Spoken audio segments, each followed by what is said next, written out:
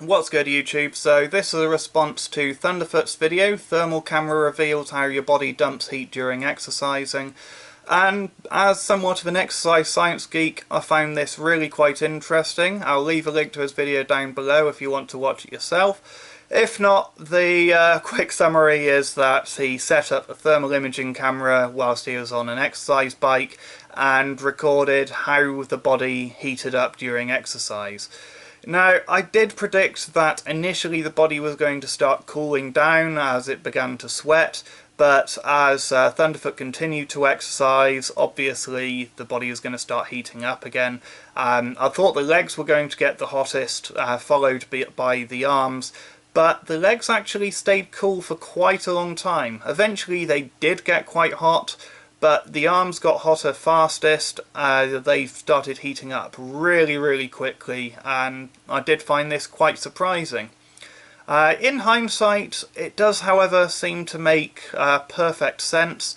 I've got a few ideas as to why the arms would start heating up so much. So if we look at the causes for the body heating up, so first of all, you have to look at things such as insulation and fat. That would explain why the stomach wasn't heating up very much. Men tend to store quite a bit of fat on the stomach compared with the rest of the body. The arms tend to be really quite lean, and they have a lot of veins very close to the surface. I'm not hugely lean at the moment, but they've got veins on there, very strong veins on the hand, lots of strong veins up there, and that would explain, why the body heats up so much. The blood's obviously pumping through there, etc. Now, I do have a slight issue with the title of Thunderfoot's video, as it happens. So the title says the camera reveals how the body dumps heat whilst exercising. This isn't strictly true. The camera reveals how hot the body's getting during exercise, and there is quite a distinct difference. So, for example, if you shone a thermal camera at a CPU with a large fan on it, it would appear a lot cooler than a CPU with a small fan on it, provided they're the same CPU and have the same amount of power going through them, doing the same tasks, etc. Even though obviously they're producing the same amount of heat, the one with the bigger fan is going to be substantially cooler, and so it's what the video is showing is the operating temperature. It's not actually showing how much heat is actually being dumped. And if you actually look at the exercise being done on the exercise bike, the legs are moving really fast. There's going to be some fanning effect there. There's going to be a lot of wind on the legs, and that's going to cool them down. Even though they're probably producing a hell of a lot more heat, they're being cooled down far more efficiently. Whereas the arms, they're staying completely stationary the whole time, and it's not surprising that with all of the veins close to the surface there, the arms are actually getting quite hot. Now, the rest of the body stayed really quite cool, and there's a couple of reasons for that. So firstly, the stomach has a fair amount of insulation. That's going to keep it a bit cooler. Also, the exercise bike, it's not a particularly natural movement in a way. We've been riding bikes for perhaps 100 years, a little bit longer. Most of us haven't, though. Whereas we've been running for a million, perhaps 2 million years, and running is far more of a full body exercise. So when you're running, the arms aren't actually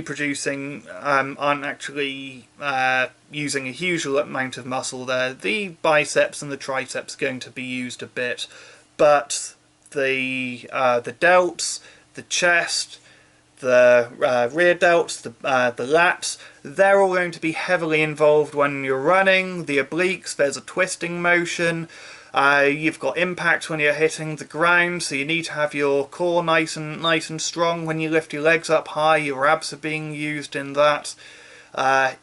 It's a full body exercise running. Nearly all of your muscles are going to be producing a lot of heat there, whereas on the exercise bike it's a lot more just legs. I'm sure with some of the professional cyclists out there they are involving the rest of the body a bit more, but the beginners are going to be nearly exclusively using the legs, and so the rest of the body isn't going to be heating up anywhere near as much.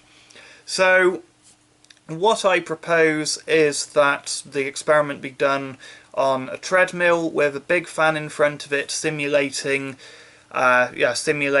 the wind resistance as you're running, and in that case I expect the heat loss to be far more even.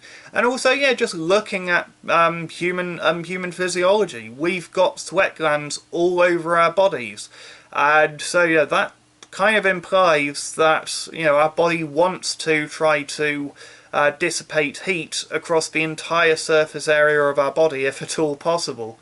So if this test was done again with a treadmill, with a nice wind source coming from the front, I expect the heat loss to be a lot more even. I expect the hottest parts of the body to be the back, possibly the glutes, possibly the hamstrings as well, because those are going to be the bits of the body which have the least wind on them, the least cooling, and so those parts of the body are going to end up operating at a higher temperature because they're not going to be cooled down as much. And also another thought I thought about while watching Thunderfoot's video is again down to fat distribution. Men tend to have much leaner arms than women, and it reminded me of a hypothesis I heard a while ago that one of the secondary functions of sweat is to make you slippery and to make it easier to escape if someone or something's trying to grab you. And so yeah, the arms getting hotter with men and sweating more, I think could fall quite neatly into that. Men obviously fight more often than women, or at least fight more seriously more often than women, and so, you know, having lean arms which get hotter and get sweatier and are harder to grab does seem to make a lot of evolutionary sense as well. So yeah, those are my thoughts on the subject. Thanks for watching, comment, rate, subscribe, and I'll see you soon. Bye.